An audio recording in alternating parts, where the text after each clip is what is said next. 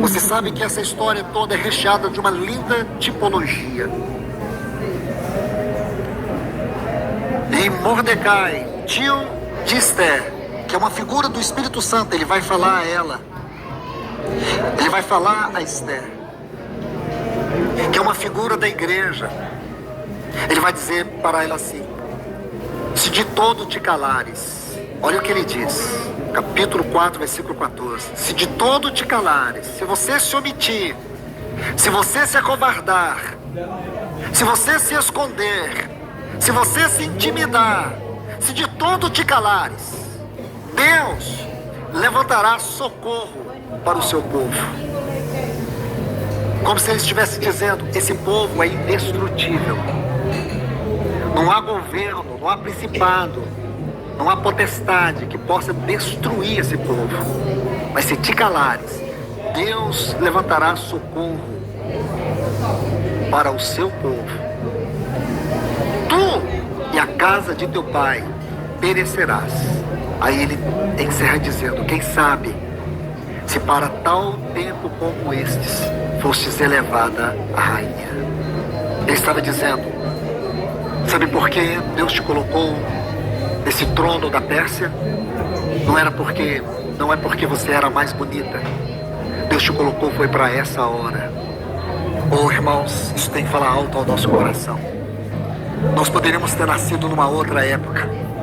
É agora assim uma pequena lembrança do capítulo 11 de Hebreus. Você vê aquela galeria dos heróis da fé, todos que correram esta carreira cristã. Agora Deus nos colocou na mesma carreira com eles, na mesma carreira onde um dia os patriarcas correram, os profetas correram, os apóstolos correram, os pais da igreja correram, os pré-reformadores correram, os reformadores correram. Todos estes santos homens de Deus que compõem essa extraordinária galeria dos heróis da fé, todos do seu tempo, da sua geração, agora estão aqui os trabalhadores da última hora, os trabalhadores da última fase da obra de Deus. Oh, meus irmãos, nós também não vamos falhar. Deus nos colocou nesta hora, assim como o Mardoqueu disse para Esther: quem sabe, se para tal tempo como estes fostes elevada a rainha. E é lindo, irmãos, quando ela se dispõe, sabendo que estava correndo risco de vida. Ela não tinha a liberdade de entrar a qualquer hora diante do rei, mas ela se colocou naquele saguão, naquele lugar, esperando que o cetro do rei favorecesse ela. Mas ela disse uma frase linda: se perecer, pereci. Essa é a entrega, essa é a consagração. É isso que Deus espera da nossa geração, de um povo que está disposto a entregar sua vida totalmente em busca da recuperação do testemunho do Senhor. Porque tudo que Deus está fazendo nesta hora, Ele visa a volta do seu filho. Ele visa ter uma noiva preparada, adequada para o seu filho. Este é o assunto que nós estamos estudando. Então, avançando aqui, meus irmãos e irmãs, vamos observar algo muito especial.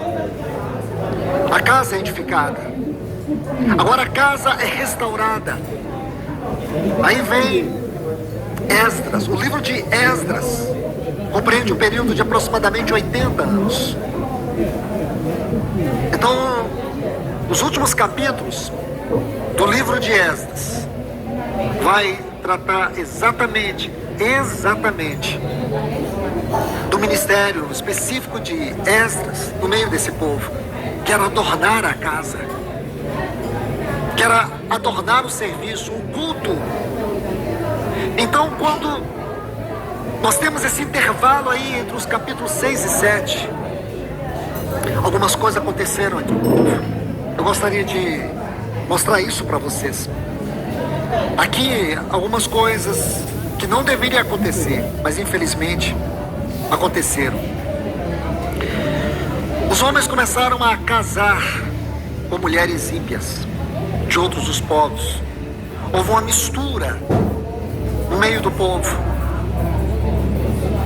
O culto, o serviço Não tinha nenhum impacto espiritual, o povo estava desanimado.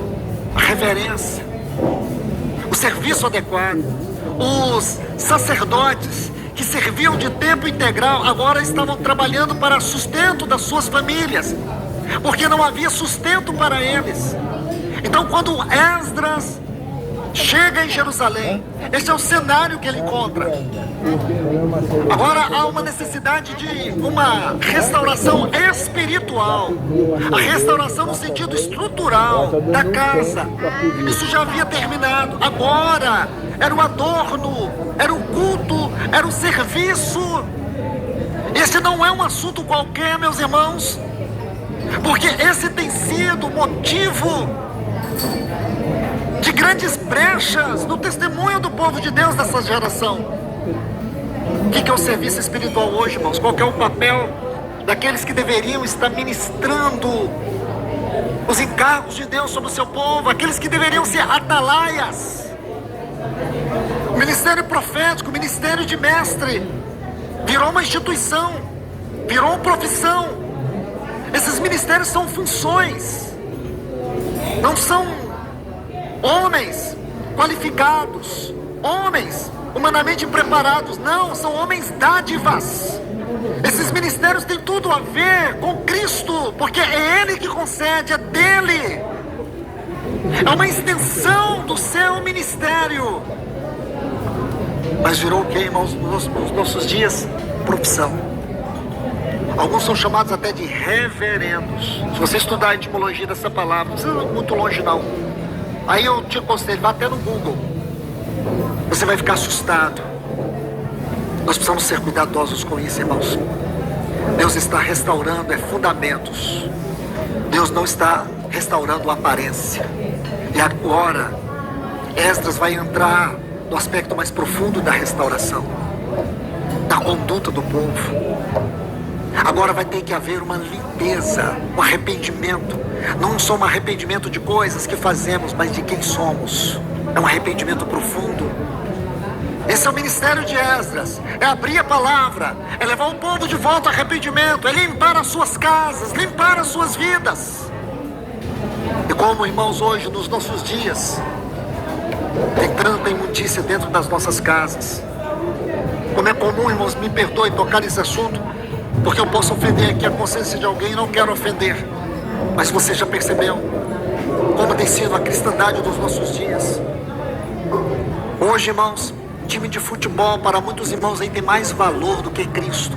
Mas se você pergunta para o irmão e diz: não, o que é isso? Cada um no seu lugar. Eu só quero te explicar uma coisa. Nosso Senhor Jesus não divide os nossos afetos. Ou ele tem tudo, ou ele não tem nada. Não, mas é só, irmão, você não mexe comigo, não mexe. Você fica 2 horas assistindo o jogo, você fica 2 horas aos pés do Senhor, você fica 2 horas na leitura da palavra. Irmão, isso é coisa pequena, é para você que é pequeno. Você vê, irmãos, hoje, como um dia uma menininha chegou para mim e disse: tio Luiz, eu e minha mãe já assistimos todas as séries da Netflix. Sério, irmãos? Que escola, hein? Que escola. Nós não podemos aceitar, irmãos, essa cultura pervertida, controlando nossos afetos, as nossas prioridades, nosso tempo. Nós precisamos fazer um retorno urgente ao Senhor. A centralidade e a exclusividade de Cristo Jesus. Pode parecer coisa banal para os irmãos, mas a gente fica numa ponta onde as tragédias acontecem, onde você vai sondando o coração dos irmãos, você vai vendo o quanto a devoção é rasa, o quanto a experiência com o Senhor é limitada, o quanto as prioridades estão invertidas, o quanto do tempo é roubado. O tempo nos fala disso, de prioridade, de preferência. É justamente aí que Satanás está atacando, e nós estamos aceitando isso como condição normal.